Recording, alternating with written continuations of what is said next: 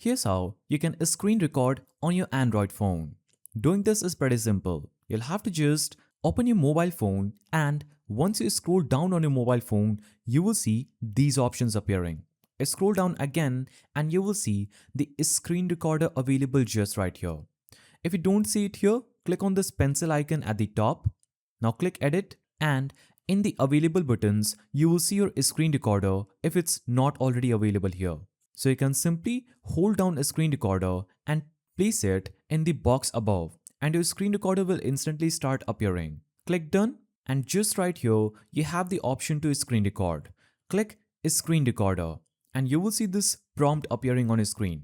So, a screen recorder will have access to the info on your screen or play it from your phone while recording. Make sure you know this, and you can choose whether you want to record sound or not. If you choose none, no sound will be recorded. If you choose media, only your mobile phone's media will be recorded in the video. And if you choose media and mic, whatever you are speaking or the surrounding voice will be recorded along with the media. You can also choose to show taps and touches and simply click start recording. Once you click start recording, it will show a 3-second countdown and the recording will instantly start.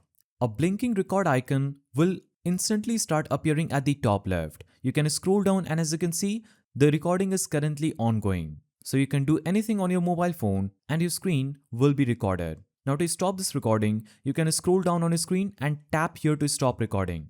Your recording will be instantly saved and a message will appear just right here. Now, you can navigate to your gallery and your recording will be shown just right here. So that's how you screen record on Android. If you found this helpful, don't forget to like, subscribe and hit that notification bell. And I will see you in the next video.